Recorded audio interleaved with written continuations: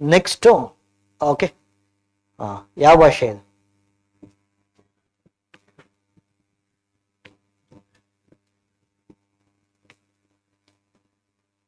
ತಮಿಳ. ಯಾವುದು? ಜೋರಾಗಿ ಹೇಳಿ ಮ್ಯಾಮ್. ಉರ್ದು ಮ್ಯಾಮ್? ಇಲ್ಲ, ನನ್ಗೆ ಅನ್ಸುತ್ತೆ ಅರೇಬಿಕ್ ಅನ್ಸುತ್ತೆ. ನೋಡಿ ಅನ್ಸುತ್ತೆ. ತುಳು ಲ್ಯಾಂಗ್ವೇಜ್ ಅದು ನೋಡಿ.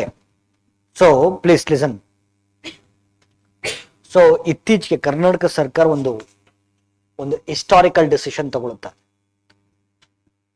ಕರ್ನಾಟಕ ರಾಜ್ಯದ ಆಡಳಿತಾತ್ಮಕ ಭಾಷೆ ಯಾವುದು? ಕನ್ನಡ. ಓಕೆ, ಇನ್ ಮುಂದೆ ಪ್ಲೀಸ್ ಇದು ತುಳುದು ಸ್ಕ್ರಿಪ್ಟ್ ಇದು. ಈ ಲ್ಯಾಂಗ್ವೇಜ್ ಇದೆಯಲ್ಲ, ಸೊ ಈ ಲ್ಯಾಂಗ್ವೇಜ್ ಅನ್ನ second official language of Karnataka ಅಂತ ಘೋಷಣೆ ಮಾಡೋದಕ್ಕೆ, ಓಕೆ, ಇದ್ರ ಬಗ್ಗೆ ಸ್ಟಡಿ ಮಾಡ್ಬೇಕಲ್ಲ.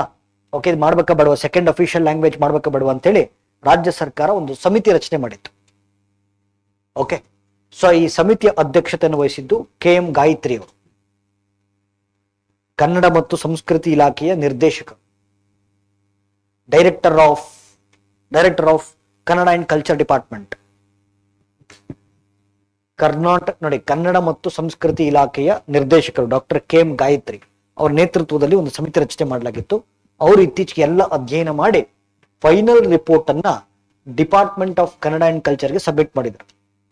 ಓಕೆ, ಕನ್ನಡ ಮತ್ತು ಸಂಸ್ಕೃತಿ ಇಲಾಖೆಗೆ ಸಬ್ಮಿಟ್ ಮಾಡಿದ್ದಾರೆ. Yes, you can go head. ಸಿದ್ದರಾಮಯ್ಯನವರು ಕೂಡ ಹೂ ಅಂತ ಹೇಳಿದ್ದಾರೆ. ಬಟ್ ಇನ್ನೂ ಅಫಿಷಿಯಲ್ ಆಗಿ ಬಂದಿಲ್ಲ, ಬಟ್ ಆಗತ್ತೆ, 100% ಆಗತ್ತೆ. ಓಕೆ, ಸೊ ತುಳು ಭಾಷೆಯನ್ನ ಕರ್ನಾಟಕದ 2ನೇ ಅಧಿಕೃತ ಭಾಷೆ ಅಂತ ಘೋಷಣೆ ಮಾಡ್ಲಾಗ್ತಾ ಇದೆ. ಆಯ್ತಾ? ಈ ತರ ಮಾಡೋದಕ್ಕೆ ಅವಕಾಶ ಇದೆಯಾ ಸರ್ ಅಂತ ಕೇಳಿದ್ರೆ ಇದೆ. ಸೊ ಓಕೆ, ಸೊ ಭಾರತ ಸಂವಿಧಾನದಲ್ಲಿ ಆರ್ಟಿಕಲ್ 345 ಅಂತಿದೆ. ಆರ್ಟಿಕಲ್ 345 345ನೇ ವಿಧಿ.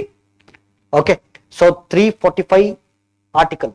ಓಕೆ, ಆರ್ಟಿಕಲ್ 345 ಏನ್ ಹೇಳುತ್ತೆ ಅಂದ್ರೆ, ಯಾವುದೇ ಒಂದು ರಾಜ್ಯ ಸರ್ಕಾರ, ಎನಿ ಸ್ಟೇಟ್ ಗವರ್ಮೆಂಟ್, ಒಂದು ಭಾಷೆ ಅಥವಾ ಅದಕ್ಕಿಂತ ಹೆಚ್ಚು ಭಾಷೆಗಳನ್ನ ಸೆಕೆಂಡ್ ಅಫಿಷಿಯಲ್ ಲ್ಯಾಂಗ್ವೇಜ್ ಅಂತ ಇಟ್ಕೋಬಹುದು. ಫಸ್ಟ್ ಅಫಿಷಿಯಲ್ ಲ್ಯಾಂಗ್ವೇಜ್ ಯಾವಾಗಲೂ ಕನ್ನಡನೇ ಇರುತ್ತೆ, no doubt about it. Okay, ಒಂದು ಅಥವಾ ಅದಕ್ಕೂ ಹೆಚ್ಚಿನ ಭಾಷೆಗಳನ್ನ ಅಫಿಷಿಯಲ್ ಲ್ಯಾಂಗ್ವೇಜಸ್ ಆಗಿ ಬಳಸಬಹುದು ಅಂತ ಹೇಳುತ್ತೆ ಆರ್ಟಿಕಲ್ 345. ಓಕೆ, ಇತ್ತೀಚೆಗೆ ಆಂಧ್ರ ಪ್ರದೇಶ ಇದನ್ನ ಯೂಸ್ ಮಾಡ್ಕೊಳುತ್ತೆ. ಸೊ ಆಂಧ್ರ ಪ್ರದೇಶ ಇದನ್ನು ಯೂಸ್ ಮಾಡ್ಕೊಂಡು ಅಲ್ಲಿ Telugu is the first official language. Okay, 2ನೇ ಆಡಳಿತಾತ್ಮಕ ಭಾಷೆಯಾಗಿ ಉರ್ದುವನ್ನು ಸೆಲೆಕ್ಟ್ ಮಾಡಲಾಯಿತು Andhra Pradesh. Okay, so doctor KM Gayatri committee ಅವರು ಅದನ್ನೇ ಹೇಳಿದರು. ಯಾರು ಆಂಧ್ರ ಪ್ರದೇಶದವರು ಉರ್ದುವನ್ನ ಸೆಕೆಂಡ್ ಅಫಿಷಿಯಲ್ ಲ್ಯಾಂಗ್ವೇಜ್ ಅಂತ ಘೋಷಣೆ ಮಾಡ್ಬೇಕಾದ್ರೆ ನಾವು ಕೂಡ ತುಳು ಭಾಷೆಯನ್ನ ಸೆಕೆಂಡ್ ಅಫಿಷಿಯಲ್ ಲ್ಯಾಂಗ್ವೇಜ್ ಅಂತ ತಗೋಬಹುದು ಅಂತ ಹೇಳಲಾಗಿದೆ. ಓಕೆ, ಸೊ ಹಾಗಾದ್ರೆ ಸೊ ಈ ಭಾಷೆಯನ್ನ ನೋಡಿ, ಭಾಷೆ ಬಹಳ ನೋಡಿ. ಇದು ಆಕ್ಚುಲಿ ತುಳು ಭಾಷೆ ಯಾರು ಮಾತಾಡ್ತಾರೆ ಅಂತಂದ್ರೆ ಉಡುಪಿ. ಓಕೆ, ಕರಾವಳಿ ಜಾಗದಲ್ಲಿ ಉಡುಪಿ, ದಕ್ಷಿಣ ಕನ್ನಡ, ಆಮೇಲೆ ದಕ್ಷಿಣ ಕನ್ನಡ ಮತ್ತೆ ಮಂಗಳೂರು ಎರಡು ಒಂದೇ. ಇದು ಗೊತ್ತಿಲ್ಲ. ದಕ್ಷಿಣ ಕನ್ನಡ ಮತ್ತೆ ಮಂಗಳೂರು ಎರಡು ಒಂದೇ. ಈ ಎರಡು ಕರಾವಳಿ ಭಾಗದಲ್ಲಿ ತುಳು ಭಾಷೆ ಮಾತಾಡ್ತಾರೆ. ಆಯ್ತಾ? ಅಂದ್ರೆ ನಾವು ಕೇರಳ ಬಾರ್ಡರ್ ಅಲ್ಲಿ ಇದೀವ. S or no? ಅದಕ್ಕೆ ನೋಡಿ, ಮಲಯಾಳಂ ಸ್ಕ್ರಿಪ್ಟ್ ಹಿಂಗೆ ಇದೆ ಹೆಚ್ಚು ಕಮ್ಮಿ. ಮಲಯಾಳಂ ನೋಡಿದಿರಲ್ಲ, ಲೆಟರ್ಸ್ ನೋಡಿ ಮಲಯಾಳಂದು ಜಿಲೇಬಿ ತಾನು ಬಿಡಿಸ್ದಂಗಿರುತ್ತೆ. ನಿಯರೆಸ್ಟ್ ಅದೇ ತರ ಇದೆ ಹೆಚ್ಚು ಕಮ್ಮಿ. ಓಕೆ, ಸೊ ಕರಾವಳಿ ಭಾಗದ ಜನ ಅಲ್ವಾ, ನಿಯರೆಸ್ಟ್ ಕೇರಳ ಇರೋದ್ರಿಂದ ಭಾಷೆ ಲಿಪಿ ಎರಡು ಸ್ವಲ್ಪ ಒಂದೇ ತರ ಇರುತ್ತೆ. ಓಕೆ, ಸೊ ಇದನ್ನ ಮಾಡೋದ್ರಿಂದ ಆಮೇಲೆ ನೋಡಿ, ತುಳು ಭಾಷೆಗೆ ಏನ್ ನೆನ್ನೆ ಮೊನ್ನೆ ಬಂದಿರತಕ್ಕಂಥ ಭಾಷೆ ಅಲ್ಲ, 3000 ವರ್ಷಗಳ ಇತಿಹಾಸ. 3000 ವರ್ಷಗಳು. ಮಂಗಳೂರು, ಉಡುಪಿ ಮತ್ತು ಕೇರಳದ ಉತ್ತರ ಭಾಗ, ಕಾಸರಗೋಡು ಭಾಗ, ಕೇರಳದ ಉತ್ತರ ಭಾಗ ಕಾಸರಗೋಡು ಭಾಗದಲ್ಲಿ ತುಳು ಭಾಷೆಯನ್ನು ಮಾತಾಡ್ತಾರೆ. ಭಾಷಾ ಪರಂಪರೆ ಎಷ್ಟು ಶ್ರೀಮಂತವಾಗಿದೆ ಅಂತಂದ್ರೆ, ಓಕೆ, ಅದು ಅಲ್ಲಿನ ಸಂಸ್ಕೃತಿ ಮತ್ತು ಪರಂಪರೆಯನ್ನ ಬಿಂಬಿಸುತ್ತೆ. ಕಾಂತಾರ ಎಲ್ಲ ನೋಡಿದಿರಲ್ಲ, ನೋಡಿ. ಓಕೆ, ಸೊ ಅದನ್ನ ಆ ಭಾಷೆ, ಸಂಸ್ಕೃತಿ, ಪರಂಪರೆ, ಲಿಪಿಯನ್ನ ಸಂರಕ್ಷಣೆ ಮಾಡ್ಲಿಕ್ಕೋಸ್ಕರ ಸೆಕೆಂಡ್ ಅಫಿಷಿಯಲ್ ಲ್ಯಾಂಗ್ವೇಜ್ ಆಫ್ ಕರ್ನಾಟಕವಾಗಿ ಘೋಷಣೆ ಮಾಡ್ತಾ ಇದೆ. Right, good. ನೆಕ್ಸ್ಟ್ ಏನ್ ಹೇಳಿ? ಓಕೆ ಸರ್, ನೋಡಿ, ಈಗ ಅಲ್ಲಿನ ಫಾರ್ ಎಕ್ಸಾಂಪಲ್ ಆ ಭಾಗ ಯಾವುದು ಉಡುಪಿ ಮಂಗಳೂರು ಮತ್ತೆ ಕೇರಳದ ಉತ್ತರ ಭಾಗದಲ್ಲಿ ಆ ಲ್ಯಾಂಗ್ವೇಜ್ ಅನ್ನ ಪ್ರಮೋಟ್ ಮಾಡ್ತಾರೆ, ಈ ಬೋರ್ಡ್ಗಳಲ್ಲೆಲ್ಲ ಯೂಸ್ ಮಾಡ್ತಾರೆ, ಮಾತೃಭಾಷೆ ಶಿಕ್ಷಣವನ್ನೇ ಕೊಡ್ತಾರೆ. ಇದರಿಂದ ಏನಾಗುತ್ತೆ, ಭಾಷೆ ಸಂಸ್ಕೃತಿ ಮತ್ತು ಪರಂಪರೆ ಉಳಿಯುತ್ತೆ. ಹೌದೇ ಇಲ್ಲ?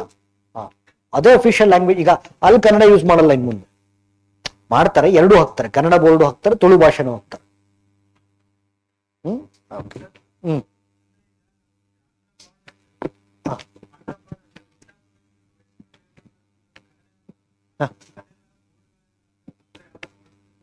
ಹ್ಮ್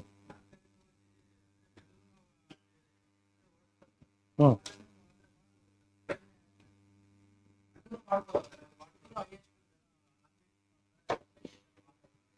ಅಲ್ಲ ಒಬ್ರ ಮೇಲೆ ಅಪ್ಪಾಜಿ ನೀ ಫಸ್ಟ್ ಹೇಳ. ಹಾ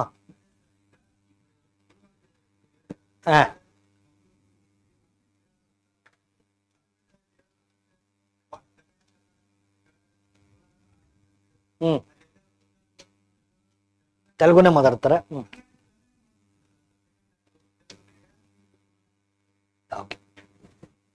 ಸಿ ಒಂದು ಆಯ್ತಾ, ಸಿ ಬಾರ್ಡರ್ ಸ್ಟೇಟ್ಸ್ ಇರ್ತಾವಲ್ಲ, ಕೇಳಿಸ್ಕೊಳ್ಳಿ. ನೀವು ಬಾರ್ಡರ್ ಸ್ಟೇಟ್ಸ್ ಅಲ್ಲಿ ಅಂದ್ರೆ ನೀವು ಹೇಳ್ತಿರೋದು ಕನ್ನಡ ಮಾತಾಡ್ತಾರೆ ತೆಲುಗು ಮಾತಾಡ್ತಾರೆ ಅಂತ. Sir, if you are promoting Telugu in that particular region, okay, ನೀವು ಕನ್ನಡದ ಪ್ರಾಮುಖ್ಯತೆ ಹೋಗಲ್ವಾ? ಓಕೆ, ಈಗ ತುಳು ಭಾಷೆಗೆ ಬರೋಣ. ತುಳು ಭಾಷೆ ಕೇರಳದ ಭಾಷೆ ಅಲ್ಲ, ಅದು ಕನ್ನಡದ ಭಾಷೆ, ಆಯ್ತಾ? ಇವಾಗ ಪ್ರಮೋಟ್, ಅದಕ್ಕೆ ಸೆಕೆಂಡ್ ಅಫಿಷಿಯಲ್ ಲ್ಯಾಂಗ್ವೇಜ್ ಅಂತ ಕರಿತೀವಿ. ಅರ್ಥ ಆಯ್ತಾ ನಿಮಗೆ? It's A language of Karnataka, ಕರ್ನಾಟಕದಲ್ಲಿ ಹುಟ್ಟಿರ್ತಕ್ಕಂಥ ಭಾಷೆ. ಬಟ್ ನಿಮಗೆ ತೆಲುಗು ಹಂಗಲ್ಲ, ಆಂಧ್ರ ಪ್ರದೇಶ ಹುಟ್ಟಿರ್ತಕ್ಕಂಥ ಭಾಷೆ. We cannot adapt. ಈ ನಾಳೆ ದಿನ ಆಯ್ತು, ಒಂದ್ ನಿಮಿಷ, ಇನ್ನೂ ಒಂದು, ಇದು ಒಂದು ಸ್ಟೇಟ್ಮೆಂಟ್. ಎರಡನೇ ಸ್ಟೇಟ್ಮೆಂಟ್ ಕೊಡ್ತೀನಿ. ನೀವು ಈ ಚಿಕ್ಕಬಳ್ಳಾಪುರ ಅಥವಾ ಏನು ನೀವು ಕಲ್ಯಾಣ ಕರ್ನಾಟಕ ಭಾಗ ಅಂತ ಏನ್ ಕರೆದ್ರಲ್ಲ, ಬಳ್ಳಾರಿ ಕಡೆ ಎಲ್ಲ, ನೀವೇನಾರು ಅಕಸ್ಮಾತ್ ತೆಲುಗುನ ಸೆಕೆಂಡ್ ಅಫಿಷಿಯಲ್ ಲ್ಯಾಂಗ್ವೇಜ್ ಮಾಡಿದ್ರೆ ಅಂತ ಇಟ್ಕೊಳ್ಳಿ, ನಾಳೆ ದಿನ ಆಂಧ್ರ ಪ್ರದೇಶ ಹೇಳ್ತಾರೆ ಇಲ್ಲ ಇಡೀ ಭಾಗ ಕರ್ನಾಟಕಕ್ಕೆ ಸೇರ್ಬೇಕು ಅಂತ. ಆಲ್ರೆಡಿ ಮಹಾರಾಷ್ಟ್ರದ ಬೆಳಗಾಂ ಸೇರ್ಬೇಕು ಅಂತ ಅಂತವ್ರು. Yes or no? ಇದು ಒಂದು ಗಡಿ ವಿವಾದ ಹುಟ್ಟಾಕತ್ತೆ. ಆದ್ರೆ ನೀವು ತುಳು ಭಾಷಿಕರು ಸಪರೇಟ್ ರಾಜ್ಯ ಇಲ್ಲಲ್ಲ, ಎಲ್ಲಿ ಅಲ್ಲ ಸ್ಟೇಟ್ ಇರ್ಲಿಲ್ಲಲ್ಲ ಅದು. ಈಗ ಅಲ್ಲಲ್ಲ, correct correct correct, no other, ಅದು ತಪ್ಪೇನಿಲ್ಲ, ಲಾಜಿಕಲ್ ಕ್ವಶನ್ ಅದು. ಸರ್, ಈಗ ಈಗ ಆಂಧ್ರ ಪ್ರದೇಶ ಆಗಿರ್ಬೋದು, ತಮಿಳ್ನಾಡು ಆಗಿರ್ಬೋದು, ಕೇರಳ ಆಗಿರ್ಬೋದು, ಕರ್ನಾಟಕ ಆಗಿರ್ಬೋದು, ಅದು ಭಾಷೆ ಮೇಲೆ ವಿಂಗಡಣೆ ಆಗಿರೋದು. Yes or no? ಈಗ ಮೈಸೂರು ಸಂಸ್ಥಾನ ಅಂತಿತ್ತು, ಆಯ್ತಾ? ಮೈಸೂರು ಸಂಸ್ಥಾನವನ್ನ ಕರ್ನಾಟಕ ಅಂತ ರೀನೇಮ್ ಮಾಡಿದ್ಯಾಕೆ? ಬಿಕಾಸ್ ಕನ್ನಡ ಸ್ಪೀಕಿಂಗ್ ಪೀಪಲ್ ಇರತಕ್ಕಂಥ ದೇಶವನ್ನ ಕರ್ನಾಟಕ ಅಂತ. ಓಕೆ, ಆದ್ರೆ ಓಕೆ, ಅವ್ರು ಕೇಳಬಹುದು, ಕೇಳೋದ್ರಲ್ಲಿ ಏನ್ ತಪ್ಪೇನಿಲ್ಲ, ಬಟ್ ನಾವು ಕೊಡ್ಬೇಕಲ್ಲ. ಅಲ್ಲ, ಅದಕ್ಕೆ 100% ಕೇಳ್ಬೋದು. ಎಲ್ಲ ಸಾಂವಿಧಾನಿಕ ಅವಕಾಶಗಳು ಅವ್ರಿಗಿದಾವೆ, ಆಯ್ತಾ? ಕೇಳ್ಬೋದು, ಯಾಕೆ ಕೇಳ್ಬೋದು, ಆಯ್ತಾ? ಬಟ್ ಆತರ ಇನ್ನೂ ಕೂಗೆಲ್ಲೂ ಕೇಳಿ ಬಂದಿಲ್ಲ ಅಲ್ಲ, ಸ್ಟಾರ್ಟ್ ಆಗಿದೆ ಅಂತ ಆಗಿರ್ಬೋದು, ಕೇಳ್ಬೋದು. ಅಲ್ಲ, ನೀವು ಹಂಗನ್ನಕ್ ಹೋಗ್ತೀರಾ? ಇನ್ನು ಉದಾಹರಣೆ ಕೊಡ್ತೀನಿ. ನಾವು ಫಿನಾನ್ಸ್ ಕಮಿಷನ್ ಬಗ್ಗೆ ಓದ್ತೀವಿ, ಹಣಕಾಸು ಆಯೋಗ. Yes or no? ಹಣಕಾಸು ಆಯೋಗ ಏನ್ ಕೆಲಸ ಮಾಡುತ್ತದೆ? ಭಾರತದಲ್ಲಿ ಎಷ್ಟು ಟ್ಯಾಕ್ಸ್ ಕಲೆಕ್ಟ್ ಆಗುತ್ತೆ, ಕೇಂದ್ರ ಸರ್ಕಾರ ಎಷ್ಟು ಟ್ಯಾಕ್ಸ್ ಕಲೆಕ್ಟ್ ಮಾಡುತ್ತೆ, ಅದನ್ನ ಕೇಂದ್ರ ಸರ್ಕಾರ ಎಷ್ಟು ಇಟ್ಕೋಬೇಕು, ರಾಜ್ಯ ಸರ್ಕಾರಗಳಿಗೆ ಎಷ್ಟು ಕೊಡಬೇಕು, ಆಯ್ತಾ? ಒಂದು ಇದು ಡಿಸೈಡ್ ಮಾಡುತ್ತೆ. ಎರಡನೇದು, ಯಾವ್ಯಾವ ರಾಜ್ಯಗಳಿಗೆ ಎಷ್ಟೆಷ್ಟು ಕೊಡಬೇಕು, ಇದನ್ನ ಡಿಸೈಡ್ ಮಾಡುತ್ತೆ. ಅಂದ್ರೆ ಕೇಂದ್ರ ಸರ್ಕಾರ ಎಷ್ಟು ಇಟ್ಕೋಬೇಕು, ರಾಜ್ಯಗಳಿಗೆ ಎಷ್ಟು ಕೊಡಬೇಕು, ರಾಜ್ಯಗಳಿಗೆ ಕೊಟ್ಟರು ಯಾವ ರಾಜ್ಯಕ್ಕೆ ಎಷ್ಟೆಷ್ಟು ಕೊಡಬೇಕು, ಇದನ್ನ ಭಾರತ ಸರ್ಕಾರಕ್ಕೆ ಶಿಫಾರಸ್ ಮಾಡೋದು ಫಿನಾನ್ಸ್ ಕಮಿಷನ್, ಆಯ್ತಾ? ಹಂಗ್ ನೋಡ್ಕೊಂಡಾಗ ಕರ್ನಾಟಕದಿಂದ ಹೆಚ್ಚು ತೆರಿಗೆ ಹೋಗುತ್ತೆ ಕೇಂದ್ರ ಸರ್ಕಾರಕ್ಕೆ, ಬಟ್ ಆ ಕಡೆಯಿಂದ ಬರೋಕೆ ಕಮ್ಮಿ ಆಗುತ್ತೆ, ಆಯ್ತಾ? ನಾವು ಕರ್ನಾಟಕದ ನೋಡಿ, ಹೈಯೆಸ್ಟ್ ಸ್ಟೇಟ್ GDP ಹೊಂದಿರತಕ್ಕಂಥ ರಾಜ್ಯಗಳಲ್ಲಿ ಕರ್ನಾಟಕವು ಕೂಡ ಒಂದು. ಕೇಂದ್ರ ಸರ್ಕಾರಕ್ಕೆ ಹೆಚ್ಚಿನ ತೆರಿಗೆ ನಾವು ಕೊಡ್ತೀವಿ, ಆ ಕಡೆಯಿಂದ ಕಮ್ಮಿ ಬರುತ್ತೆ. ಇದು ಒಂದ್ ನಿಮಿಷ, ಇದು ಮಲ್ತಾಯಿ ಧೋರಣೆ ಅಲ್ವಾಗುತ್ತೆ? ಕರೆಕ್ಟ್ ಕರೆಕ್ಟ್, ಒಂದ್ ನಿಮಿಷ. ಅದಕ್ಕೆ DK ಸುರೇಶ್ ಅವರು ಒಂದು ಸ್ಟೇಟ್ಮೆಂಟ್ ಕೊಟ್ರು. ಅಲ್ಲಲ್ಲ ಹಂಗಲ್ಲ. ಅದೇ ಕರೆಕ್ಟ್. ಸೊ ಇಡೀ ದಕ್ಷಿಣ ಭಾರತವನ್ನೇ ಸಪರೇಟ್ ರಾಷ್ಟ್ರ ಮಾಡೋ ಬರ್ರಿ ಅಂತಂದ್ರು. ಅಲ್ಲ, ಇದು ದೇಶ ವಿರೋಧ ಹೇಳಿಕೆ ಅಲ್ವಾ? ಅಲ್ಲ ಇರಪ್ಪ, ಅಲ್ಲ ಕಾಂಗ್ರೆಸ್ ಬಿಜೆಪಿ ಬಿಡಪ್ಪ, ಬಿಜೆಪಿ ಅವ್ರೇನ್ ಪಳ ಹೊಳಿತಾ ಇಲ್ಲ. ಅಲ್ಲ, ಎಲ್ಲಾ ಪೊಲಿಟಿಕಲ್ ಪಾರ್ಟಿ ಹಣೆ ಬರೋದು ಇಷ್ಟನೇ, ನಾನು ಹೇಳೋದು ಕೇಳ್ರಿ, ಆಯ್ತಾ? ಕಾಂಗ್ರೆಸ್ ಅಲ್ಲಿ ಸ್ವಲ್ಪ ಏನಂತಾರೆ ಈ ತರ, ಅಲ್ಲಲ್ಲ ಏನೊಂದು ವರ್ಡ್ ಯೂಸ್ ಮಾಡ್ತಾರಲ್ಲ, ಒಂದ್ ನಿಮಿಷ ಏನ್ ಹೇಳ್ಬೋದು? ಅಲ್ಲಪ್ಪ, ಕಾಂಗ್ರೆಸ್ನಲ್ಲಿ ಅಂದ್ರೆ ಈ ಲೂಸ್ ಟಾಕ್ಸ್ ಅಂತಾರಲ್ಲ, ಅದಕ್ಕೆ ಏನಂತ ಕನ್ನಡದಲ್ಲಿ?